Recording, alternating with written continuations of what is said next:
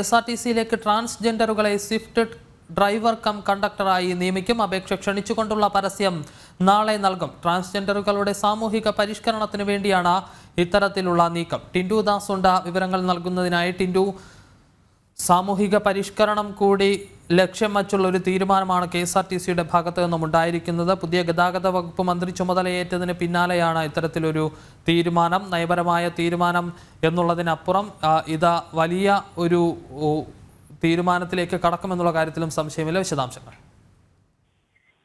ശർമ്മ, പുതിയ ഗതാഗത വകുപ്പ് മന്ത്രി അധികാരത്തിലേറ്റതിനു ശേഷം വരുന്ന സാമൂഹികപരമായിട്ടുള്ള മാറ്റമാണ് KSRTCയെ സംബന്ധിച്ചിടത്തോളം ട്രാൻസ്ജെൻഡറുകളെ സ്വിഫ്റ്റ് ഡ്രൈവർ കം കണ്ടക്ടർമാരായി നിയമിക്കുന്നത്. നമുക്കറിയാം, തലസ്ഥാനത്ത് ഉൾപ്പെടെ ഓടുന്ന സ്വിഫ്റ്റ് ബസ്സുകളിൽ ഡ്രൈവർ കണ്ടക്ടറെ എടുക്കുന്നത് നിലവിൽ പുരുഷന്മാരെ മാത്രമായിരുന്നു ഇത്തരത്തിൽ ഡ്രൈവർ ആൻഡ് കണ്ടക്ടർ തസ്തികയിലേക്ക് എടുത്തുകൊണ്ടിരുന്നത്. പക്ഷെ അതിൽ നിന്നൊക്കെ വ്യത്യസ്തമായിട്ട് ഒരു സാമൂഹ്യ പരിഷ്കരണം എന്നൊരു ചിന്തയും കൂടി ഉടലെടുത്തതാണ് ഇത്തരത്തിൽ ട്രാൻസ്ജെൻഡറുകളെ ഡ്രൈവർ കണ്ടക്ടർ തസ്തികയിലേക്ക് എടുക്കുക എന്നുള്ളത്. ഇതുമായി ബന്ധപ്പെട്ടുള്ള റിക്രൂട്ട്മെന്റ് പരസ്യം നാളെ വിജ്ഞാപനം നാളെ ഇറക്കുമെന്നാണ് അറിയാൻ സാധിക്കുന്നത്. ഇത്തരത്തിൽ പുതിയൊരു തുടക്കത്തിനും കൂടി അല്ലെങ്കിൽ പുതിയൊരു പരിഷ്കാരത്തിനും കൂടിയാണ് KSRTC സാക്ഷ്യം വഹിക്കുന്നത്. KSRTCയെ സംബന്ധിച്ചിടത്തോളം ഒരുപാട് വിവാദങ്ങൾ, ദിവസവും വിവാദങ്ങളിൽ നിറയുന്ന ഒരു വകുപ്പ് കൂടിയാണ് ഗതാഗത വകുപ്പ്.